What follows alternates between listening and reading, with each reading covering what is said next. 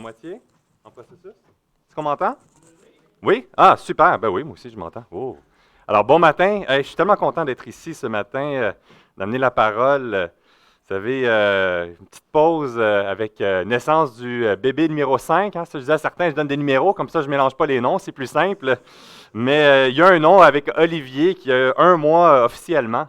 Alors, ça grandit vite, ça n'a aucun sens. Ça a été une occasion de pouvoir se reposer un petit peu. On a eu quelques semaines en arrêt, mais c'est sûr, hein, on n'arrête jamais complètement et puis c'est jamais vraiment des vacances avec les nuits qui sont écourtées et autres, mais ça nous fait rappeler la préciosité du repos et du sommeil.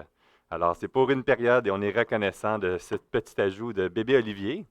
Et puis, c'était une occasion aussi, vous savez, je l'ai partagé il y a 2 semaines, je pense, dimanche dernier. Je n'étais pas ici, j'étais à l'église Emmanuel, à l'église où est-ce que j'ai servi pendant 7 ans.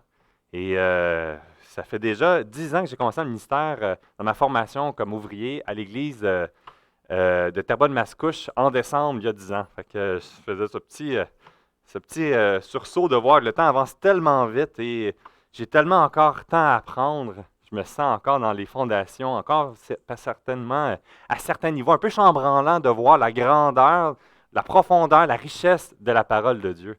Et que le Seigneur nous garde humbles, que ce soit dans les équipes d'adoration de louange, que ce soit au niveau de l'exposition de la parole, eh bien, c'est son œuvre à lui et qu'il se glorifie dans notre fragilité.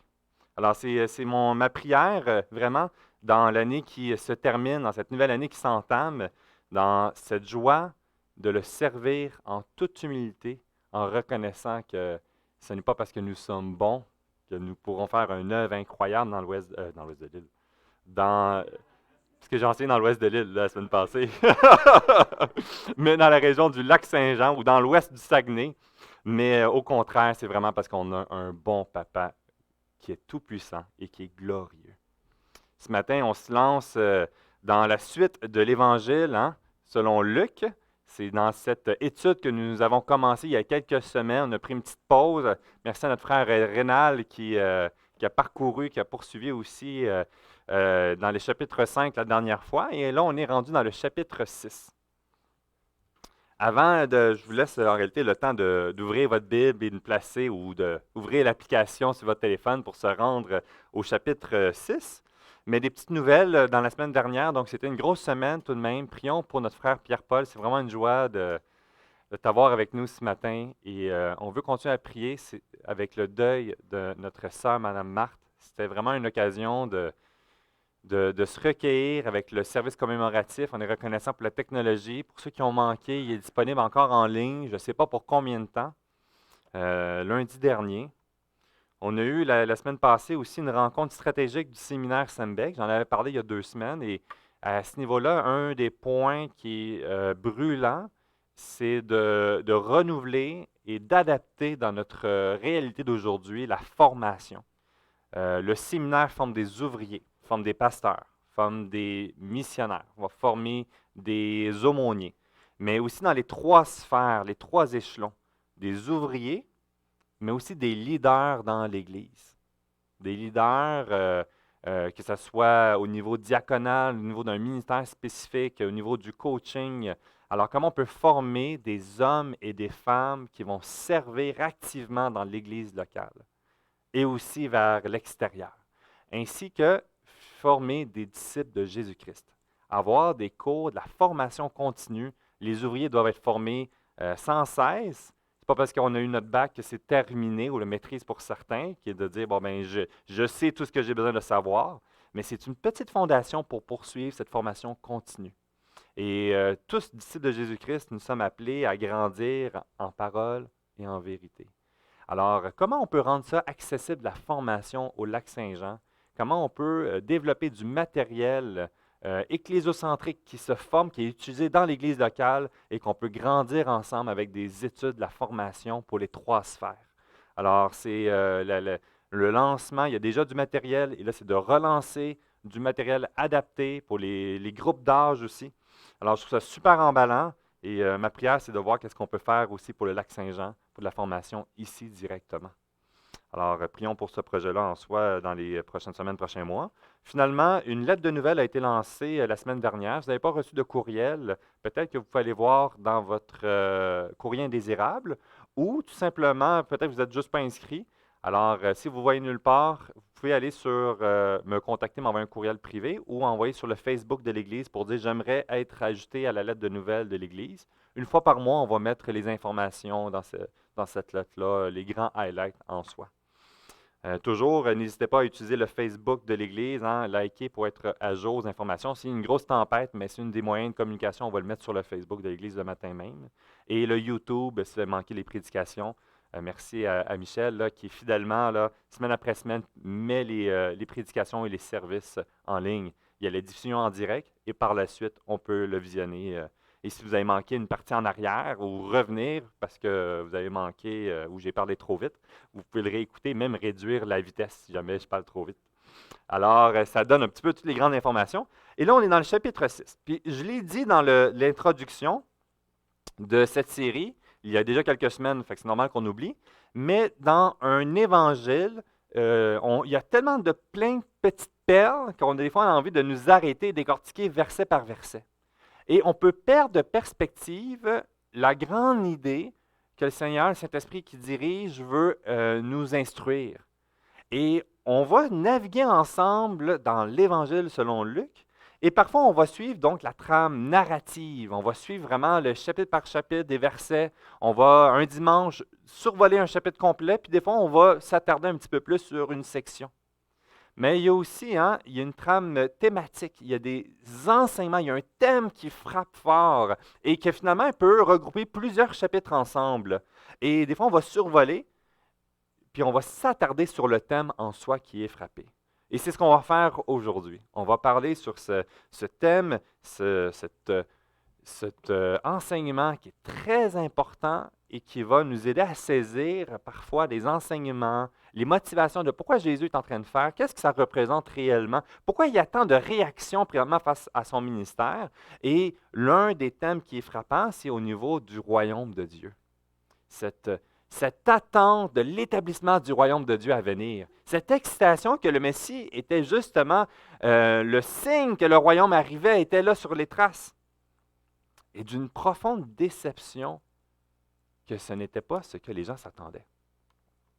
Alors, on va le décortiquer ensemble à travers le point de départ, le chapitre 6, mais on va aussi reculer un petit peu dans le chapitre 4. On va se balader un petit peu là, dans la vue d'ensemble, dans les évangiles, pour juste faire un petit survol. En quoi le royaume de Dieu a pertinence dans ma vie d'aujourd'hui? En quoi la compréhension du peuple d'Israël au moment que Jésus exerce son ministère sur terre était floue et que ça a créé des confusions et des irritations même. Et en quoi aujourd'hui, ma façon de vivre, ma compréhension du royaume de Dieu peut être altérée par une mauvaise compréhension? Est-ce que c'est un concept abstrait?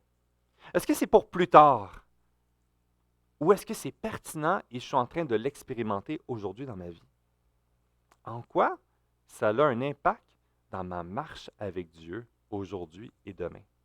Alors, c'est un concept qui peut être très grand, très large, puis c'est un petit survol. Il y a tellement de contenu. Il y a des théologiens qui ont écrit là, des vestiges, des quantités phénoménales de documents théologiques à différents niveaux pour essayer de décortiquer et de démontrer la pertinence et de saisir les enjeux, les connexions entre l'Ancien et le Nouveau Testament qui abordent toutes dans la même direction et qui frappent toutes sur cet enseignement-là, en particulier du royaume de Dieu.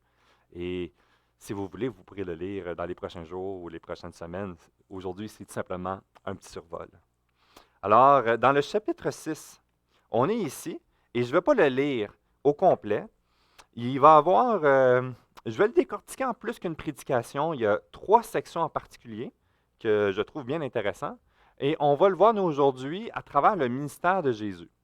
Découvrir la bonne nouvelle du royaume de Dieu et ce que ça représente dans notre vie à titre de citoyen du royaume de Dieu. On le voit dans la première section du chapitre 6, les épis de blé et le sabbat, au verset 6 à 11, l'homme à la main sèche.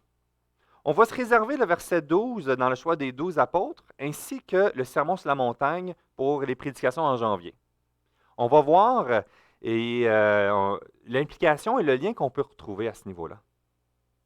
À travers le choix des 12, est-ce donc pour ces citoyens du royaume de Dieu, ces ambassadeurs même pour l'enseignement, est-ce qu'il a choisi l'élite, la crème de la crème, les plus qualifiés pour pouvoir partager ce message si important? Et finalement, dans le verset 20, hein, on va le voir dans le verset 20, levant les yeux sur les disciples, il dit « Heureux vous qui êtes pauvres, car le royaume de Dieu est à vous. » Et il énumère une liste qu'on va décortiquer ensemble en janvier. On va se concentrer donc dans le début et on va voir que l'enseignement du royaume de Dieu, elle a déjà commencé précédemment. Et la façon qu'il va exercer cet enseignement, la façon que son ministère, son propre témoignage sur terre, va découler dans ses motivations d'instruire et d'appliquer, de démontrer la venue de ce royaume de Dieu. À travers le ministère de Jésus, on le voit ici un contraste bien important.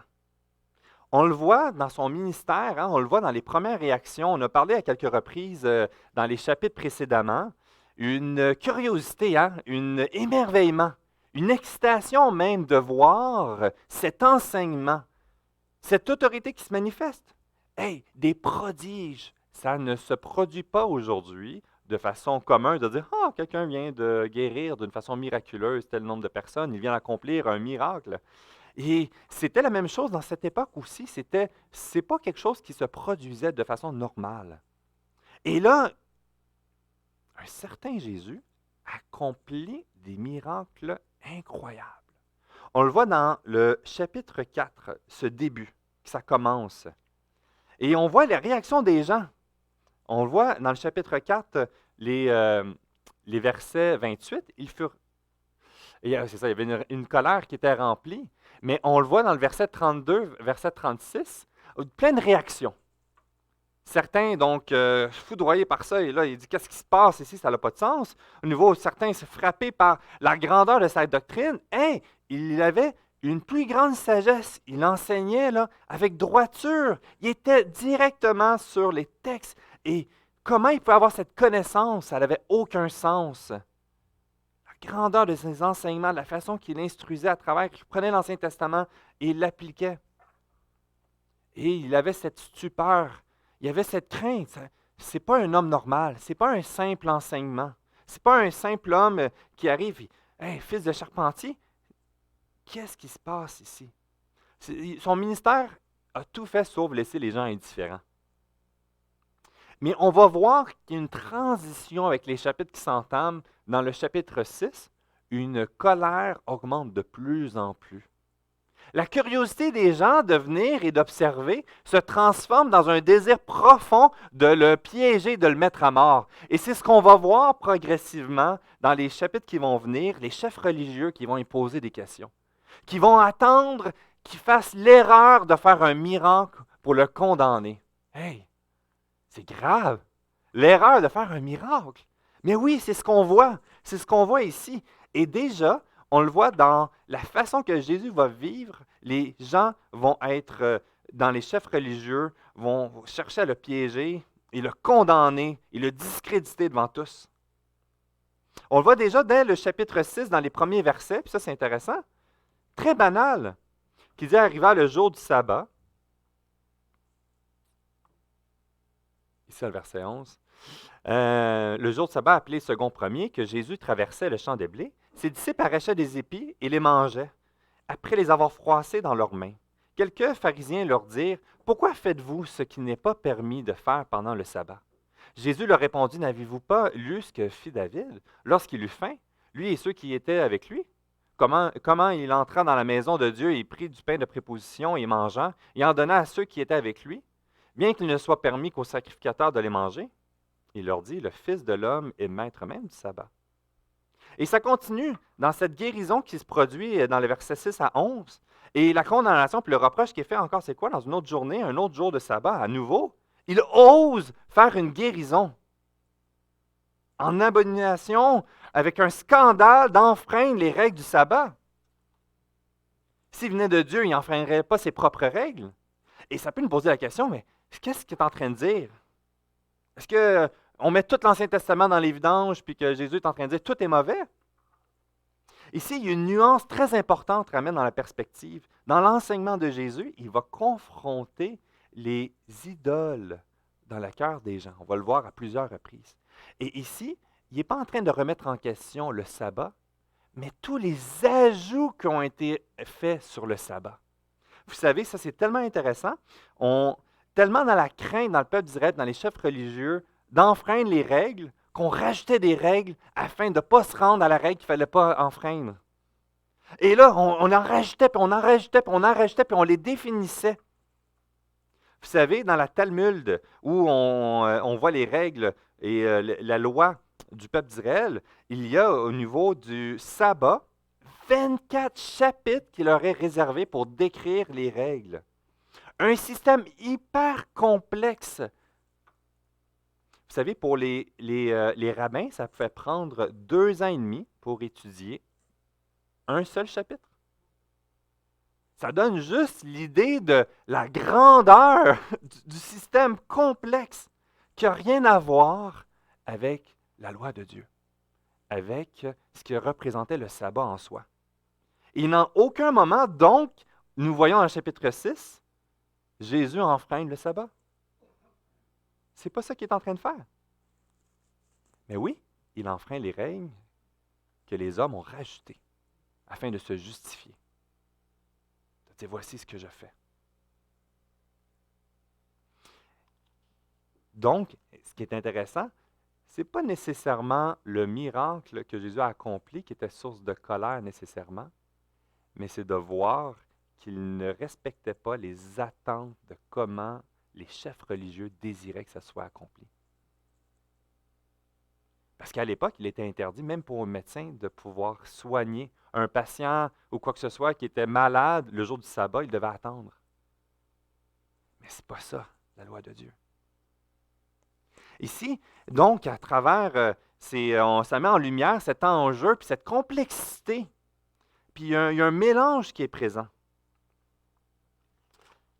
Et à travers tout ça, on est témoin d'une quantité impressionnante de miracles dans le ministère de Jésus. Et l'évangile de Luc, on l'avait dit dans l'introduction, je répète, ça fait déjà plusieurs semaines, mais Luc, étant médecin, a un émerveillement particulier à travers donc les miracles de guérison physique. Et c'est ce qu'on va voir dans cette liste. On le voit dans le chapitre 4, on le voit dans le chapitre 6 ici avec la main sèche. Et il va donc accomplir d'une façon incroyable 21 miracles cités par Luc. Et on le sait que c'est bien plus que ça. On va le voir dans ces quantités. Et quel est le rapport? Pourquoi des miracles en soi? Est-ce que c'est en train de dire que le royaume de Dieu, qui est en train de s'établir ou qui est en train d'instruire, on va vivre des miracles sans cesse, que c'est ça qu'on devrait rechercher? Pourquoi dans notre Église, on ne vit pas autant de miracles miraculeux? Est-ce que c'est un manque de foi? Est-ce que parce qu'on n'aime pas assez Dieu? C'est-tu parce qu'on n'est pas assez pieux? Et on le voit ici que dans ce contexte de saisir la place du ministère de Jésus, dans cette période bien particulière de l'œuvre de Christ sur la terre, est une période bien différente et qu'il faut séparer avec le jour de la Pentecôte, avec ce que nous vivons aujourd'hui et avec ce que nous allons vivre pour l'éternité dans le royaume de Dieu, dans la présence glorieuse de notre bon Papa céleste. Il y a des étapes, et lorsqu'on recule en arrière, on peut aussi regarder des périodes bien particulières dans le peuple d'Israël, dans le jardin d'Éden. On voit ici les raisons de ces miracles. Les motivations de ces miracles qui ont été manifestés à travers des possessions démoniaques, à travers des guérisons physiques, à travers aussi une autorité sur la création. On a des exemples de la façon qu'il va intervenir sur la création, à travers, par exemple, des tempêtes qui ont été calmées. On s'en souvient et on va le voir. Il va pouvoir mettre ses limites sur la création, mettre les limites sur l'être, le monde invisible des démons, et ainsi sur le corps physique de la maladie, de les limites qui nous affectent tant. Et ce qu'on en voit à travers ces miracles, l'œuvre de la personne de Jésus, qui prouve son autorité. Son autorité, oui, à travers son enseignement. À travers, comme on l'a vu plus précédemment, il était frappé de sa doctrine car il enseignait comme ayant autorité et non pas comme des scribes. À travers son autorité qui était manifestée à travers le monde invisible des démons, de Satan. Que finalement, ceux qui tentent de contrecarrer le plan de Dieu, qui tentent de l'amener loin des voies de Dieu, il a le dernier mot. Rien ne peut s'opposer à sa volonté. On le voit dans l'exemple de Luc chapitre 4, verset 36. Il commande avec autorité et puissance aux esprits impurs et ils sortent. À travers la maladie, il s'étant penché sur elle, il menaça la fièvre et la fièvre le quitta. Ici, dans ce ministère, nous voyons dans l'un des points cette autorité qu'il a en soi, afin de pouvoir communiquer le message qu'il avait eu pour mission, dans lequel il a été annoncé d'avance, et d'accomplir ce qu'il devait accomplir. Ce sceau, cette confirmation que c'est bien et bien l'œuvre de Dieu, lui qui a autorité sur toutes choses, afin que s'accomplisse toutes choses qui devaient s'accomplir. Ici, j'ai une petite liste à travers le ministère de Jésus. On voit donc que cela nous permet de découvrir la personne de Jésus à travers son autorité, mais aussi sa compassion envers les perdus, envers les enfants, à travers les gens rebelles. Il va instruire, il nous démontre une compassion, mais aussi la gravité de la dépravation qui est présente. On découvre de voir un petit avant-goût de ce fameux royaume de Dieu. Là où il n'y aura plus de maladie, là où le monde invisible, le monde, on pourrait dire, le monde démoniaque, où les démons, Satan, n'aura pas place. Ça sera terminé.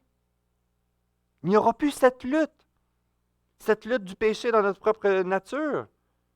Libéré de ce corps de mort. Aujourd'hui, plusieurs vivent avec les maladies de l'âme et les maladies du corps. Et à travers les guérisons, c'est un petit clin d'œil aussi. C'est pour un temps. Dans le royaume de Dieu, dans sa présence, il n'y aura plus rien de ça. Ça sera terminé. Notre âme qui souffre sera pleinement reposée et libérée. Ces miracles sont temporaires. La personne pouvait retomber malade après. On n'a pas de suite. Elle n'avait pas une immunité sur toutes les maladies en soi. Mais ça démontrait sa grandeur, son autorité et un avant-goût du royaume de Dieu. Étant naturellement le sceau de la confirmation qui était bien et bien envoyé de Dieu. On voit un des versets thème de Luc, c'est le chapitre 24, verset 44. Ça, c'est verset thème de l'évangile de Luc qu'on est en train d'étudier. Et encore, il faut que s'accomplisse tout ce qu'il avait été dit de moi, parmi les prophètes, la loi de Moïse et autres. Il faut est aussi un des verbes de l'enseignement de Jésus, à travers ce qu'il est en train d'instruire, à travers les miracles, à travers les confrontations, à travers les paraboles qui vont être mises, à travers tout ce qu'il va faire du début jusqu'à la croix. Et même à la croix, il faut. Ça va revenir beaucoup, puis même dans votre lecture, je vous encourage fortement de lire l'Évangile de Luc, même de le relire plusieurs fois, et observer la quantité de fois qu'il va dire ce fameux « il faut, il fallait que ». L'accomplissement fidèle, bien le contraire de ce que les chefs religieux tentent de piéger Jésus pour dire « tu es en contradiction, tu désobéis, voici ce que le sabbat faisait ». Non, non, non, non. Fidèlement, la loi disait « il faut que ».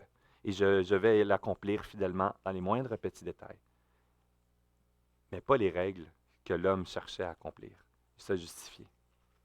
On découvre à travers ce ministère de Jésus, à travers ses sceaux de guérison, à travers ses miracles, cette autorité qui est instruite de ce qu'il est en train d'accomplir fidèlement. Il ne vient pas abolir l'Ancien Testament et instruire une nouveauté. Il vient ajouter une nouvelle étape de notre compréhension du royaume de Dieu. Le royaume de Dieu se voit dans l'Ancien Testament, mais il nous manque des éléments si on arrête juste avec l'Ancien Testament. Le ministère de Jésus vient nous aider à saisir, à comprendre, et il vient aussi pour pouvoir le rendre accessible. Vous savez, je trouvais ça très intéressant, un des cours, une formation qu'on avait, puis un des enseignants rencontrait des chefs religieux, il rencontrait un rabbin particulier, et puis qui est enseignant, puis il expliquait un peu le concept de la loi, et que c'est comme monter une échelle, puis que dans la vie de tous les jours, en respectant la loi, c'est comme si tu montes des marches, tu redescends des marches, tu montes des marches, tu redescends des marches, mais tu n'as jamais vraiment pleinement une assurance. Même en respectant les règles, c'est toujours, mais tu sais que tu vas en enfreindre quelques-uns, puis tu es en train de descendre des marches, puis un petit peu monter, mais il n'y a pas une, il y a pas nullement une joie qui en repose sur quoi qui peut sceller mon assurance de vers où je vais être pour l'éternité. Il y a un besoin, il manque quelque chose de plus. Et c'est ce que Jésus est en train d'instruire, est en train d'établir.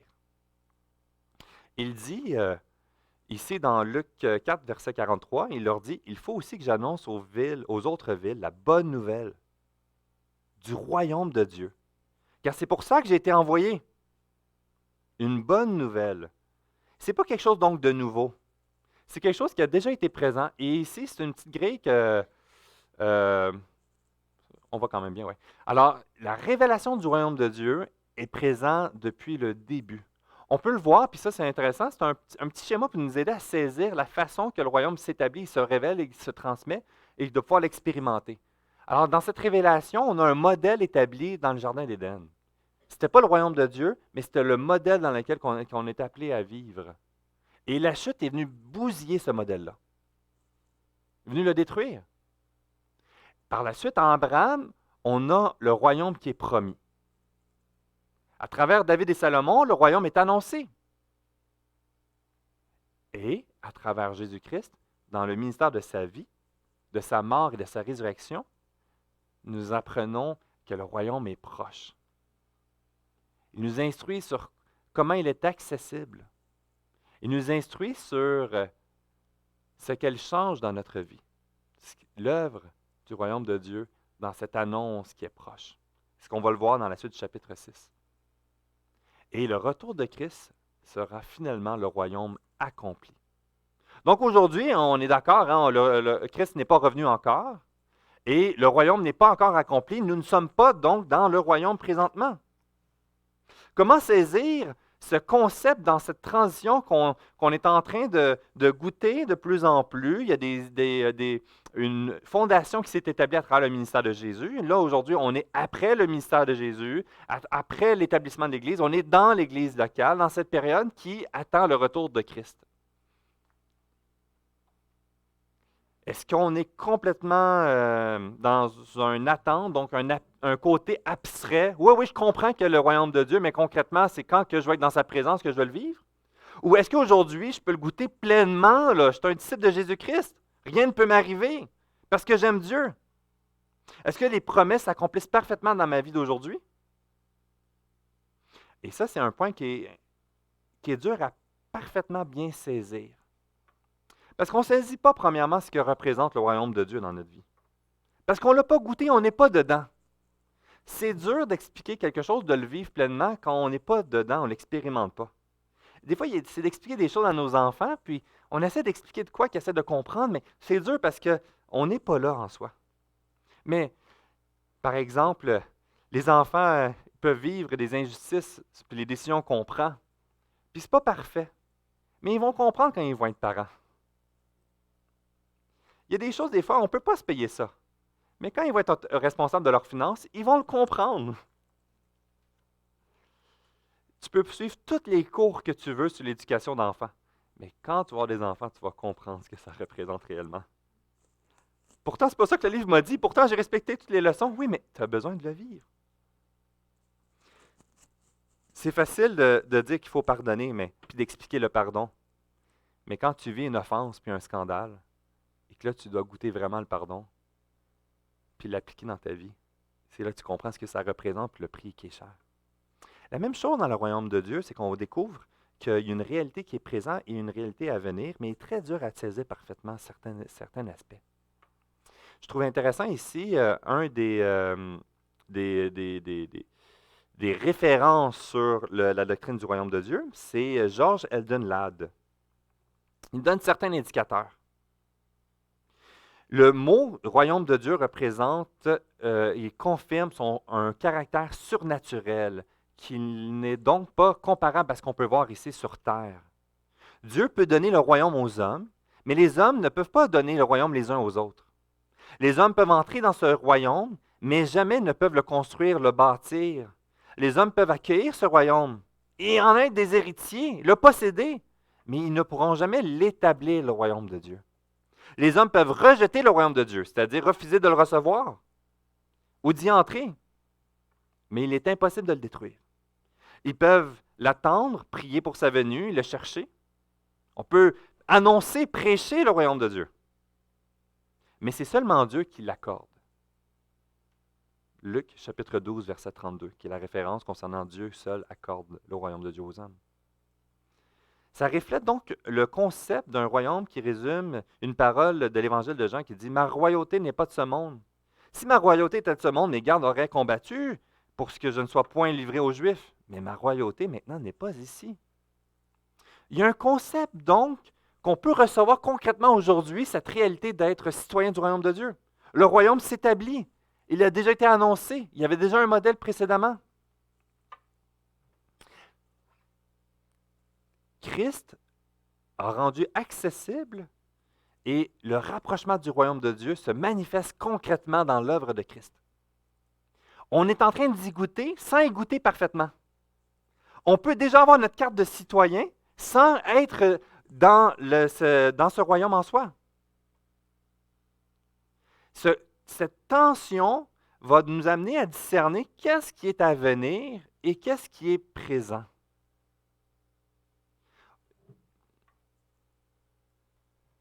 Ici, une autre citation encore, il nous dit renferme l'essentiel de la théologie du royaume de Dieu. Au lieu d'attendre la fin du monde pour révéler sa puissance royale et détruire le mal satanique, Jésus déclare que Dieu agit avec sa puissance royale pour dompter la puissance de Satan. En d'autres termes, le royaume de Dieu enseigné par Jésus se manifeste de deux façons.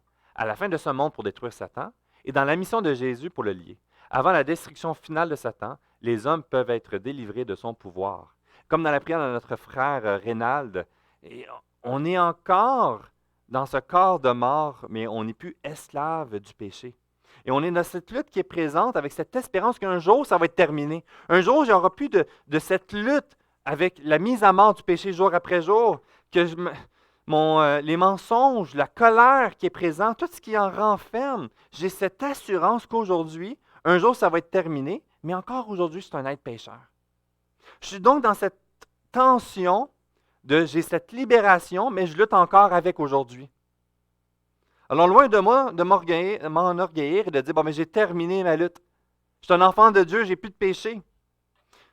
Un jour, il n'y aura plus de maladie. Ça sera terminé. Mais il y a encore de la maladie aujourd'hui. Et ce n'est pas une condition de ma foi. On ne peut pas regarder dans l'Église et dire ceux qui ont été malades, c'est eux qui ont manqué de foi. Loin de là. La réalité, elle est présente. Est-ce que Dieu peut faire grâce et guérir? Certainement. Est-ce que Dieu agit encore aujourd'hui? Certainement. On est ses enfants. On peut crier à lui et il peut répondre. Mais ce n'est pas parce que je suis un enfant de Dieu qu'il va être à mon service et répondre à toutes mes demandes. C'est lui le roi. Et je suis le citoyen de ce royaume de Dieu. Ça va remettre en perspective cette tension. Et j'ai hâte d'être dans le royaume de Dieu. J'ai hâte d'être libéré de ce corps de mort. L'apôtre Paul qui partage cette tension, cette excitation d'être, mais en même temps d'être parmi eux et de poursuivre la mission que Dieu lui a demandé, d'être fidèle en ce qu'il lui confie. Mais en même temps, ça serait tellement plus facile lorsqu'on va être dans la présence de Dieu. Et cette tension du présent et du avenir que développe en nous, cette compréhension que ce n'est pas facile et je dois être fidèle à chercher les voies de Dieu, à ne pas tomber dans les pièges de l'ennemi, à ne pas chercher à me justifier à travers les règles tel qu'un petit pharisien. Mais que ma motivation ne se reposera pas sur ce que je vois ici, parce que je vais être découragé. Ma motivation de persévérer à vivre à titre de citoyen du royaume de Dieu dans le présent est justement le futur à venir. C'est ma motivation.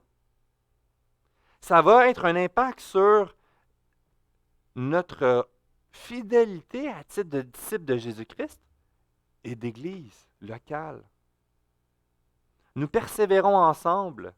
Et même quand c'est difficile, que ce soit dans nos discussions, les relations les uns avec les autres, dans nos désaccords sur certaines positions, que ce soit que des fois, dans notre pratique de louange, quoi que ce soit, puis que je dis, bah, ça n'a pas marché, j'abandonne, ça ne fonctionne pas. Non.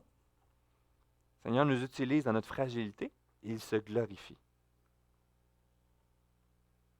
Et présentement, ce n'est pas parfait. Et c'est correct. Parce que ça cultive en nous cette excitation de le remettre en perspective. Que Christ revient. Et à son retour, le royaume de Dieu sera parfaitement établi. Nous sommes donc dans cette période à faire attention, à veiller, à saisir notre compréhension de ce que représente mon identité aujourd'hui, dans ce monde pécheur, dans ce monde qui a rejeté la face de Dieu. Comment vivre à travers tout ça? Comment vivre? Je vais sauter ça ici. À titre de citoyen du royaume de Dieu, puis ça, on va le voir plus dans les prochaines prédications début janvier, après Noël. Il y a quand même quelques indicateurs que je veux frapper ici. Premièrement, ça commence par la repentance. C'est le point de départ. De se repentir de nos voies et de s'abandonner dans les mains de Dieu. Vous savez, quand je reviens avec le début, ce qui confrontait, c'était toutes les justifications que les chefs religieux avaient établies à travers toutes les règles du sabbat, par exemple, qui étaient ajoutées au sabbat en soi. Ils avaient juste besoin de s'abandonner, de revenir à la pureté du message de Dieu qui est instruit. Cette bonne nouvelle de l'Évangile, et non toutes les ajouts de justification. Cette repentance de reconnaître qu'on n'est pas capable par nous-mêmes. On ne peut pas y arriver. On peut tomber dans le légalisme, puis de chercher à monter, se pavaner, pour démontrer, voici Dieu, je prie tant, je viens à l'église tant de fois, je donne mon offrande. Mais ultimement, c'est de reconnaître que nous ne sommes rien sans lui. On va avancer un peu plus vite. Cette repentance produit les fruits de la repentance. Et dans la question de saisir ce que le royaume de Dieu pour ma vie, ne peut être faite par reconnaître que c'est Christ seul qui est le chemin.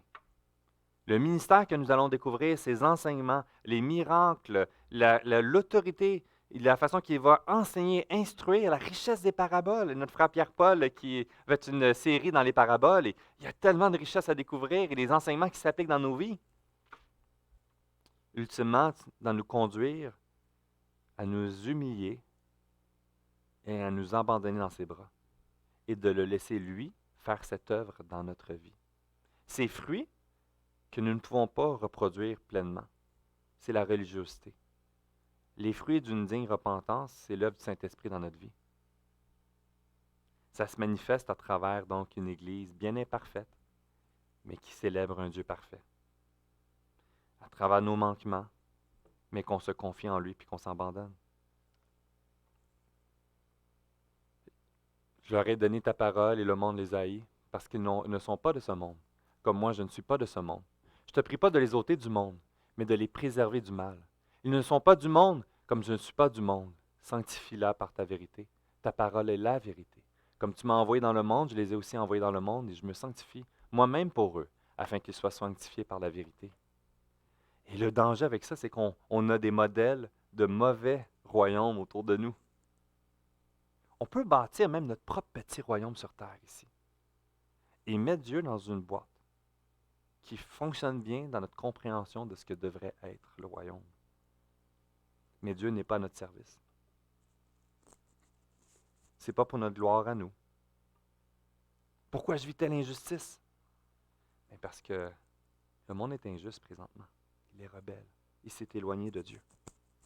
Faisons attention parce que c'est facile de glisser progressivement et redéfinir ce que représente Dieu pour ma vie. Redéfinir ce qu'il me doit à moi dans ma vie. Redéfinir ce qu'est le royaume de Dieu. tant de sujets de division puis de conflits dans les églises présentement. Et c'est triste. Ça ne glorifie pas le message pur et simple de l'Évangile. Soyons unis ensemble. Et l'unité ne veut pas dire qu'on est tous pareils, loin de là. Comme dans la famille, chacun de mes enfants sont bien différents. Il y en a qui font réagir plus d'autres que d'autres. Mais on ne se renie pas. On est tous là, c'est mes enfants. Des fois, j'en viens d'en détriper un, mais je me retiens, je ne le fais pas. C'est ça l'Église. Il y en a qui ne feront plus réagir. Certains, plus que d'autres. Et des fois, c'est peut-être nous qui faisons réagir les autres. Vivons cette culture de grâce. Un jour, on va vivre pour l'éternité ensemble, mais sans péché. Hein? On ne va plus faire réagir les autres. Et les autres ne vont plus nous faire réagir. Et en attendant ici, nous sommes appelés à naviguer dans tout ça, à chercher à vivre cette unité, cette relation authentique, malgré des convictions différentes. Mais que nous puissions nous unir sur la centralité de l'Évangile, de la saine doctrine, de ce que la parole de Dieu instruit, dans la fondation. Et il y a plein de positions qui pourraient être des sujets de différents, mais on revient sur la base de ce que la parole de Dieu instruit. Faisons attention de ne pas produire dans nos vies, dans nos familles, des mini-pharisiens. Une liste de règles, mais sans grâce.